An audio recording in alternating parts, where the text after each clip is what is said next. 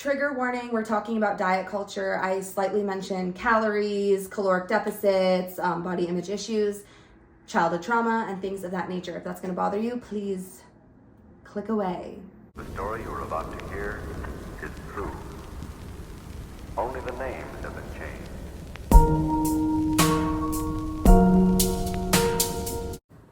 Pardon the mess.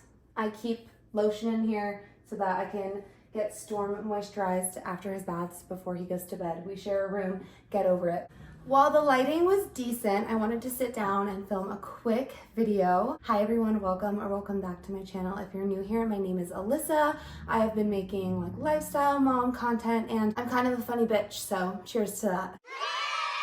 This is episode 2 of Healing Your Inner Child. I don't have as much time today. I am studying right now for my doula training that starts tomorrow.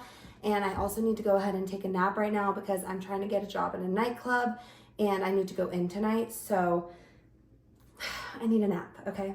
I wanted to touch on diet culture. So growing up, there is a defining moment in like everybody's life that kind of like switches the trajectory on like the way that they view themselves and view their self-esteem. And for me, I think there were several, but one defining moment was definitely when my dad told me that my doctor said my BMI was too high at my checkup and that I need to eat healthy foods and I can't eat pizza or fun foods anymore. I think I was like 5, maybe 4 or 5. That was one of my first memories that like really stuck. So since I can remember, I've had like a weird unhealthy complex around food. I've had my like ups and downs with it. I used to model and on those times I would maybe eat like one thing a day, like one microwavable Annie's burrito a day and like a Red Bull. And then I experienced like binge eating throughout my pregnancy, one just due to hormones and like growing a whole other person. So I was really hungry, and 2, I was not used to being so hungry, so I just like overindulged and gained over 60 pounds in my pregnancy.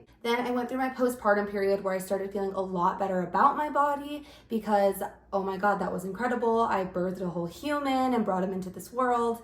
Until I auditioned at a strip club 5 months after I had my son, and they told me I couldn't work there because I was too heavy. So that's when I started this like fitness journey I'm on now that I've been maintaining and having like a healthier view mindset on ever since.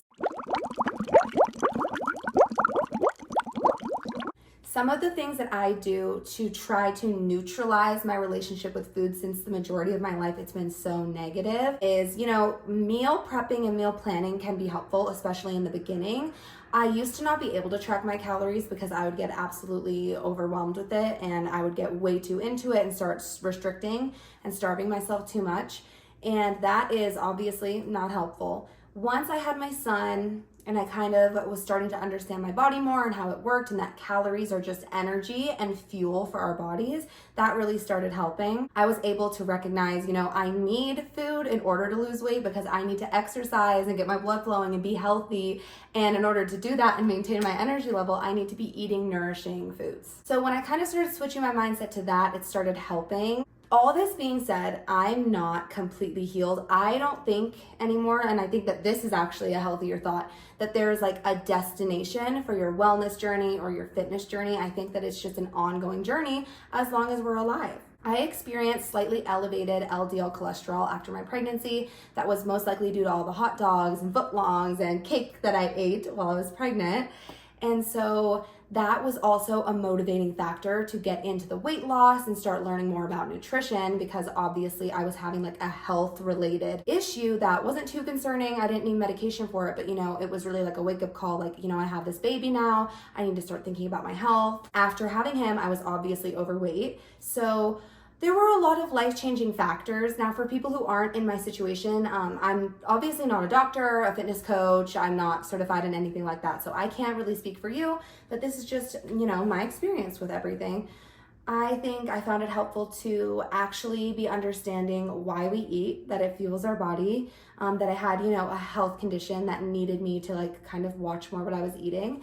And then also, I mean, I'm a woman in this world, in America. I felt insecure when I was told by a man that I was too big to do something that I was desiring to do. So that was kind of motivation in itself. Going through the divorce obviously wasn't easy. This was around that time, so I also used the gym and meal plan and structure to kind of focus and distract myself away from everything else that was going on. And around that time is also when I met my most recent ex, or reconnected with him, should I say. So I was doing a lot of things to kind of distract from the pain. I've noticed when something else traumatizing or saddening does happen, like my recent breakup with my most recent ex, I definitely feel the urge to turn to food. So to combat that, I've been like, okay, let's go to the grocery store, let's get food then. But I've just changed what I eat. If you follow me on TikTok, you do see the what I eat in a day is that I post quite frequently. And about the last month, my hyperfixation breakfast has been the Trader Joe's vanilla Greek yogurt with 3 tablespoons of hemp seeds and like 2/3 cup of blueberries. And oh my God, it's amazing. So I just found recipes that I do link below in my description of all of my weekly vlogs, by the way. So if you do want to see some of the recipes and what I eat and how I maintain a healthy lifestyle, please go check those out. I just, get the foods that nourish my body. What I want to leave this little section of the video with is that even though we see in the media, we hear from whether that be other women or men that we may have to look a certain way to be treated a certain way, all of that is fake. The only thing that matters is how you are feeling in your body. If you're happy, food and exercise is not the only component to those feelings and emotions. You have to check on yourself mentally and spiritually, and those are also journeys that I'm going on right now. But weight-wise, I stopped weighing myself. I eat healthy foods. I've gone about a month now without getting any fast food, so I'm strictly grocery shopping, and overall my energy levels have been better. I was in a caloric deficit for a really long time, and I just lessened it by about 225 calories, so I'm eating more now. Definitely noticed a difference in that, and just, focus on the way you feel, focus on yourself, and I think that diets for things that are not health related, like the fad, trendy diets we see, keto, paleo, if they're not for a direct condition, like a medical condition that they were designed for, I truly do not believe anybody should be doing those.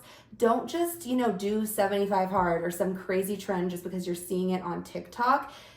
Find maybe a reason why you should be healthy. The whole point of eating well and exercising isn't to be on like a strict, restricting, miserable schedule. It's to enhance how you're feeling in your daily life. And I think that when I made like that switch recently, it had a positive impact on me.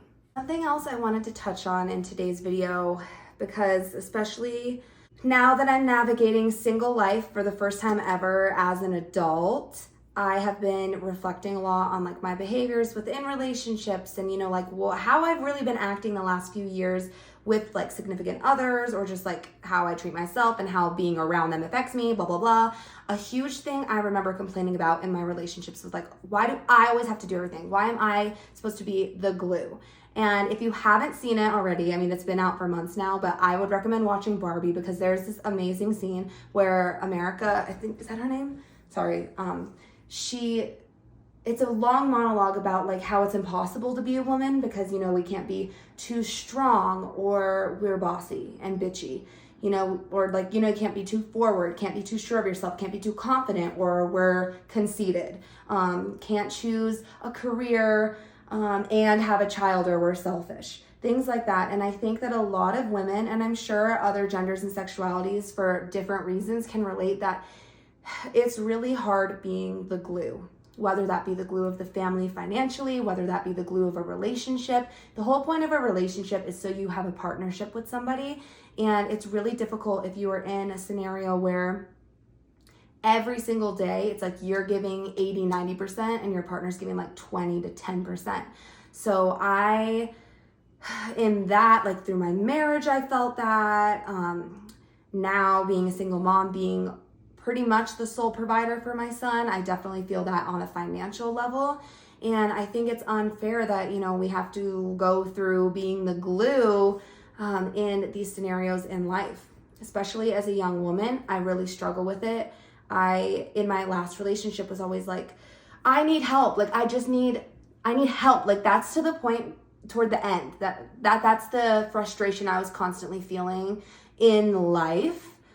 not just with him. And it's just when I realized, like, you know, if a partnership is gonna work, if I'm gonna carry on extra baggage, I need like the little extra boost up by another person. And what I'm realizing for what I need for right now in myself in my life is like, how would I want to treat young Alyssa? Like, I would want to speak to her kindly. I would want to let her know she's supported. So I kind of had to get rid of negative factors in my life so that I could make space for myself now as an adult, because like I'm healing my inner child. So I'm just trying to treat myself how I treat my son, and like how I would talk to little Lissy is, you know, I'd be like, I'm here for you, I'm helping you. And I've spent years and years of my life aiding other people and supporting other people, and being in a lot of situations in which I should have been supporting myself and kind of like wasting energy.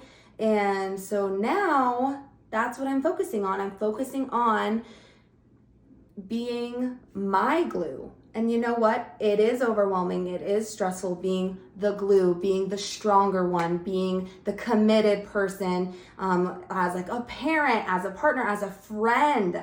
I've been dealing a lot lately with like some friendship dynamics not working out because I, as a mom, am not as available as I once was.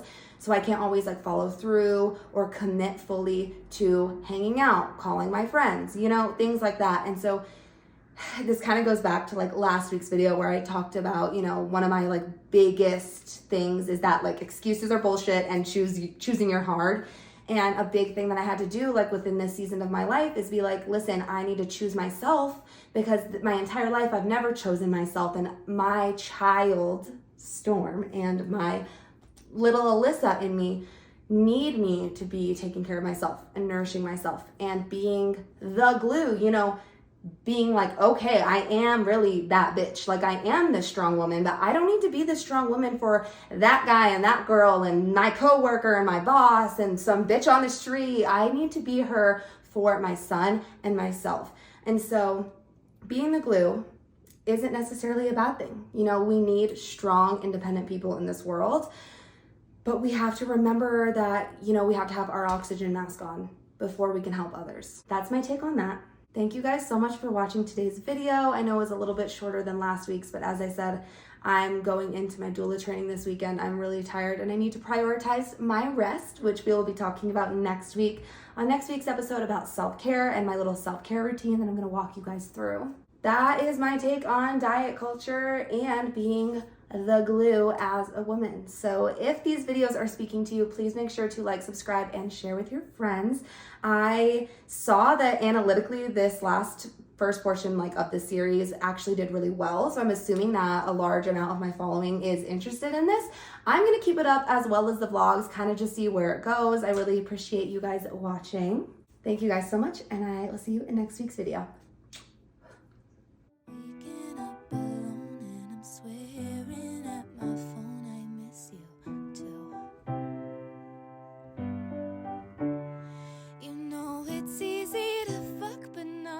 Easy to